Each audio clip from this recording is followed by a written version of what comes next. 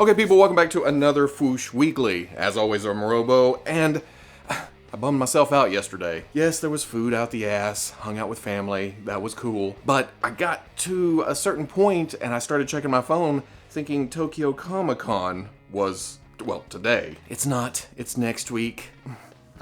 But fear not, fellow collectors. There is plenty to talk about. And I'm not even gonna list them out. Pretty much every company that I usually talk about has some kind of news this week. First up, last weekend at DesignerCon, 1000 Toys had a display up. They were showing their Dark Horse Direct Hellboy. Still on track, looking to be an amazing action figure. I dug how they listened to the fans and changed out the knees. They look kind of weird here because of the sculpting material isn't matching. It sticks out. It's a different color. It's contrasts. But I think once it's all red and finalized and such, it'll look a lot better. But you'll notice to the sides of Hellboy is Lobster Johnson and Abe Sapien. I can't remember if Dark Horse had already announced or 1000 Toys had already announced that there will be more figures to the Hellboy line. But seeing them in prototype form, it makes, well, it kind of hurts with the price tag of Hellboy. I'm sure Abe and Lobster Johnson will be a cheaper price point, being thinner figures, hopefully, maybe smaller,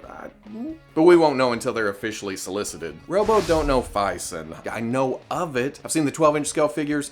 They have this kind of lifelike, creepy look, and I say creepy in the best way possible. I kind of like the look of them. I've been tempted at times, but 12-inch figures, I can't do it. I just can't do it. Too much 6-inch to buy. So what do? They come along and develop a 6-inch scale body. Now it looks just like the 12-inch. It's got the stainless steel skeleton underneath. It has the weird rubbery, as they say, environmentally friendly material over it to make it a seamless body. Well, almost seamless. You can see a cut at the wrist, you can see a cut at the ankles, but that's because of interchangeable hands and feet. I've heard people talk about the durability of Phicen before, that the rubber, does it break down? Did they change the material at some point? I haven't kept up with the history on it, but I have heard comments of the skeleton kind of loosening up or breaking. Hopefully they fixed all that. Again, I haven't ever messed with one. I'll have to try it out in 1/12 scale though. But I don't think it'll mesh well with the rest of my collection being, you know, comic based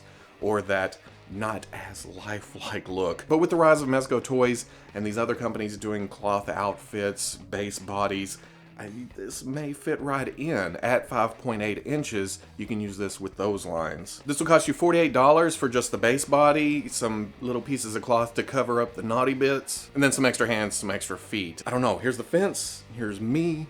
I don't know which side. I'll end up buying it. What the hell am I talking about? I think it was as I was finishing up last week's weekly that Mattel debuted their WWE Ultimate line. Now, I'm a fan of wrestling. I love it. I have for years and years. There were some years that I didn't watch, but right now I'm back into the thick of things. But getting in right now is way too late to get into the Mattel line. I feel like there's just too much to buy. But with this Ultimate Edition line, I feel like I can jump in, take it slow, because they're gonna release 4 figures next year and then 8 figures the next year. Nice and slow. Now to start out the line, it being the Ultimate Edition, you gotta throw in the Ultimate Warrior, right? The good start of any line has a little touch of the insane. Now Warrior is in his Halloween Havoc 1998 gear. I don't know if they've released this before in the line, but it looks great. I dig the look here. It's a cloth trench coat that actually looks pretty good. Comes with alternate hands, splayed, grip, and fist, and then an alternate head with the smudged up makeup. Looks like he's been in the ring for a little bit. Now besides a bunch of extra stuff, it's also an updated body. They have a ball joint in the mid-torso, double elbows, double knees, toe joints. Now toe joints is one of those points of articulation that I thought I didn't really care about on the Toy Biz Marvel Legends. They seem to loosen up.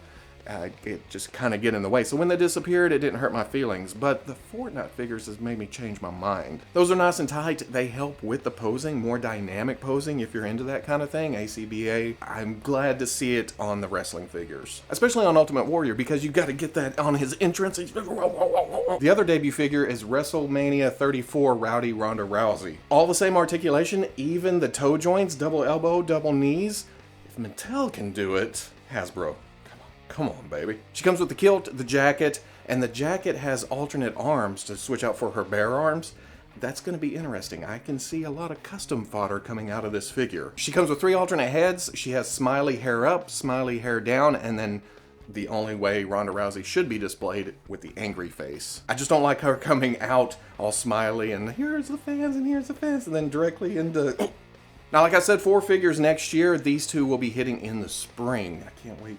I want to see what these are like. Don't let me down, Mattel. Don't let me down. But Hasbro has their own hands full with what looks like the first series of the Power Rangers Lightning Collection. This was apparently leaked on Amazon. It's a full list of the wave, and there doesn't seem to be a double in the case. What is going on here? What kind of alternate universe are we living in? And since Robo don't know Power Rangers, I'm gonna have to read these off. There's the White Ranger, which we've already seen. It was debuted at somewhere. You know. The Pink Ranger and Lord Zed from Mighty Morphin Power Rangers, Magna Defender from Power Rangers Lost Galaxy, Shadow Ranger from Power Rangers SPD, Red Ranger and Gold Ranger from Power Rangers Beast Morphers, and then the Red Ranger from Power Rangers Dino Charge. Now, I know Power Rangers enough to know that each iteration of the team had changes and all that. They're going to be pulling from different eras, I guess, and then working their way around wave to wave, hopefully finishing out those eras. Don't leave the fans in a position where they're like, oh, we're gonna have to petition for so-and-so to finish out this era. They need to stick with this plan throughout. They paid a lot of money for Power Rangers. I see them actually, you know, appeasing the fans, trying to make their money back, you would think. But we'll see how this goes. As far as I know, Wave 1 is hitting in the spring. That's gonna be, next year's gonna be expensive as hell, my friends. Just throw your wallets out there. Forget you have a wallet even. The money's not gonna make it into it. It's just gonna bounce and go some other places, just everywhere else. Now, I've talked a lot about the Mcfarlane Toys Fortnite line over the past few weeks. Probably too much. It's just an impressive line with impressive articulation. And when it comes to Mcfarlane, when you say impressive articulation, it sounds kind of weird. But with future lines, it seems to be back to business as usual for Mcfarlane Toys. They've sent out a teaser of the Game of Thrones Jon Snow, and while we expected great articulation, but we're not. And while we expected great paint, great sculpt, I mean, I like this. There's nothing wrong with it for a 6-inch, and hopefully it stays 6-inch. There's been word of 7-inch floating around. Stay at 6-inch, and I will buy these. But for a 6-inch figure, this looks good. That the articulation, as we saw with Daenerys last week, is going back to minimum number of points. Shoulders, elbows, swivel neck. But they'll look damn great on the shelf. There's that. New promotional shots of the Hasbro Marvel Legends Black Panther Series 2 has popped up. We knew this lineup. We've seen the prototypes at San Diego Comic-Con.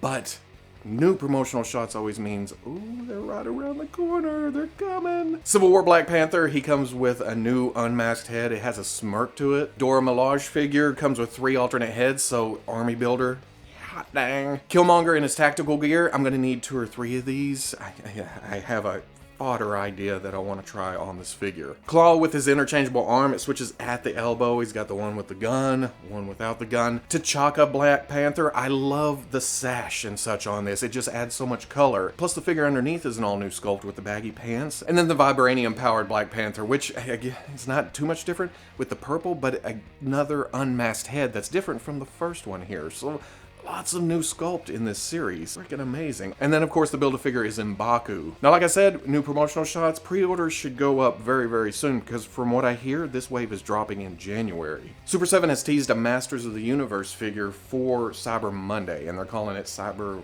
MOTU Monday or something like that. It's Castle Grayskull. It's got some Christmas motif on it. A lot of people are thinking that it's either going to be Santa Claus Adam or Skeletor with the... What's the animal called? I can't remember, but he's got a big smile on his face. I'm good with either. I like the silly figures. My Laughing Adam just shipped. I can't wait to see that in person. My Masters of the Universe collection, as it is, it's getting pretty close to being at that point where I can go, that's complete. Which, as you know, we don't get to say very much in this hobby. So if they want to give me more silly figures, I'll take them. I'm good with that. Also throwing out more teases is NECA with their Teenage Mutant Ninja Turtles 1990 movie quarter-scale Shredder. I nearly lost it there in the middle, but I saved it. I brought it back. It looks to be sharing body parts with the foot soldier, and there's nothing wrong with that. Whatever they have to do to get this released in the quarter-scale line so they can get around to scaling it down to the 7-inch line. Ulterior motives. They also show the removed mask part, so hopefully there's a full face sculpt up under there. It should be damn amazing. That's all I can say. We saw it revealed in the well, revealed is a strong term. It was displayed at a model show in the past couple weeks, just thrown in there with the rest of the Mafex figures. But now we have the full solicitation info for the Medicom Mafex Miles Morales from Marvel Spider-Man. And based on that initial shot where they just kind of stood him unceremoniously in the display, just kind of, hey, I'm hanging out, what's going on? Based on that, I was like, oh, little head, very vanilla pose, very smooth sculpt, based on a very precise appearance in the comics. This is the adult Miles Morales from the Gwenpool comics. I almost talked myself out of getting it. I know I joked about, I'm getting it anyway, but at the same time I was kind of, I don't need it. What do I need this for? But now, solicitation pictures, I'll be damned. They make it look so good. Yes, same problems. Kind of broad, kind of bulky, but man, the unmasked head is amazing. And if you compare it to the comic art, they couldn't have gotten closer. I mean, they did a great job of replicating that look in plastic form. Comes with some hands, comes with magnetic hands and feet so you can stick it anywhere. I love that feature on the Spider-Man Homecoming figure. Lots of webs. He comes with 3 different heads, one masked head, one head with the eyes squinting down, and then the unmasked. The unmasked head is what sells me on this figure. And I have no attachment to adult Miles. What the hell's going on? To go along with the unmasked head, he also comes with a mask he can hold in his hand. Now I hear people saying, why didn't they go with the teenage version? Because companies don't always make what we want specifically. Otherwise, Hasbro would have already had me an Agent X line with Alex and a proper Udon Taskmaster and Sandy and Outlaw and the whole cast from that, 15 issues of comic? Maybe Medicom thought, oh, with the movie upcoming and such, a lot of other companies are going to be making Teenage Miles figures. Really seems like Medicom has made an effort to kind of go after licenses that some of the other import companies may not be making figures from. But Marvel sells, so they went with the adult version. Plus it fits in with their Gwenpool, Evil Gwenpool, and Deadpool that's also releasing in this line. So why not keep up the theme that they strayed away with Peter Parker, Spider-Man, and Venom? But that's different. So yes, they would have knocked a Teenage Miles out of the park, but they did, I don't know if it's concept or what, but somehow they've sold me on the adult Miles that I have no attachment to. What can you do? This is $67 and it'll release August of next year, so you have plenty of time to think about it. What I've already put on pre-order though, even though I have a perfectly acceptable Pennywise already, is the Mafex It 2017 Pennywise. It looks fantastic, and yes, it's comparable to the NECA version. The NECA version is probably one of my top 5 figures of the year. They did a great job on that thing. I bought it twice. Hell, I'm gonna buy it 3 times when the next version pops up next year. But I love the movie, I love the look. There's room on my shelf for another Pennywise from an import company. There's nothing wrong with that. The Mafex version looks a little bit more limber though. My NECA can stand on the shelf somewhere just looking badass. This one can do the crazy dance thing. I've seen different translations of cloth and then soft goods, soft material.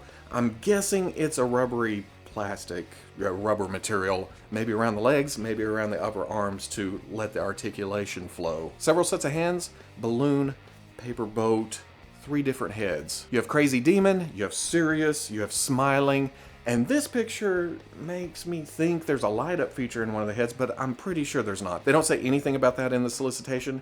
If it were light up, I'm sure they would say something about it. So it's cool, but it makes me want light up eyes, and makes me sad. $75, that also comes out August of next year. And then Bandai. This is what has me excited about Tokyo Comic Con. They're doing little bitty teases, little bitty reveals that I feel like are going to be big things next week at the con. Today we're getting a magazine scan of the S.H. Figuarts Harry Potter Severus Snape. Still looking great. We saw him displayed at a Tamashii Nations a few weeks ago, a month ago, last year when I was a kid. I can't remember. He looks to come with a wand and then 2 different heads. One kind of angry, one kind of contemplating. We also see the reveal of the Bandai Spirits S.H. Figuarts Iron Man 3 Mark 22 Hot Rod Iron Man. Looks to be mostly a repaint of War Machine, which makes sense because this is an exclusive to the World of the Hero created by Marvel exhibition that's running from December 15th to February. So I guess if you show up at that show, you can just buy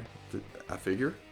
You don't see very many exclusives to a show that's going to run 3 months. But we talked last week about the Tamashii page doing little teases of their reveals at Tokyo Comic Con. Harry Potter's getting a rivalry character. Iron Man's been updated with the Hot Rod announcement. And for the Avengers line, they said Scarlet Witch was going to be shown at Tokyo Comic Con. They've updated that listing to say they're also showing Loki. With Scarlet Witch, you get in parentheses Avengers Infinity War. With Loki, you get parentheses Avengers. So I'm pretty sure this will be based on his Avengers 1 look. When I think of Loki in my head, this is the costume that pops up. I'm totally good with that. Hopefully it has the accessories. Hopefully it has his spear. Hopefully it has the bing. But we'll see next week, I guess. That does put Bandai on the schedule for an Avengers figure every month until, well, past the next Avengers movie next year. Where's my Star Wars stuff? Hopefully we'll see some of that too. And I threw Star Wars in there just because it's a weekly. I wanted to mention Star Wars in some form. And then, just announced as I was wrapping this up, is the Mezco 1/12 Collective Batman Sovereign Knight Onyx Edition. It essentially looks like the Sovereign Knight all in black. Now I love my Toy Fair edition of Ascending Knight Batman all in black. It just looks great in that color scheme, and the people who don't care for the lines and stuff that Mezco adds to their figures, it kind of hides that. Essentially, from the look of the one picture they posted, this will be Mezco's Michael Keaton Batman. Now, don't go rushing away because they're actually announcing this ahead of the order window. I'm recording this at 1 o'clock right now, my time, and it says 2 days and 22 hours. So about noon Eastern, Monday. $80, and it ships the first of the year next year. I'm not going to even give a date. Sometime at the first of the year next year. And there you go, that's it for this week. Next week, we will be talking about Tokyo Comic Con. For those of us in the US, it'll start Thursday night. Hopefully we'll be seeing pretty pictures popping up throughout Friday. So if you like this Fwoosh Weekly, comment, like, subscribe. I'll catch you on the Fwoosh.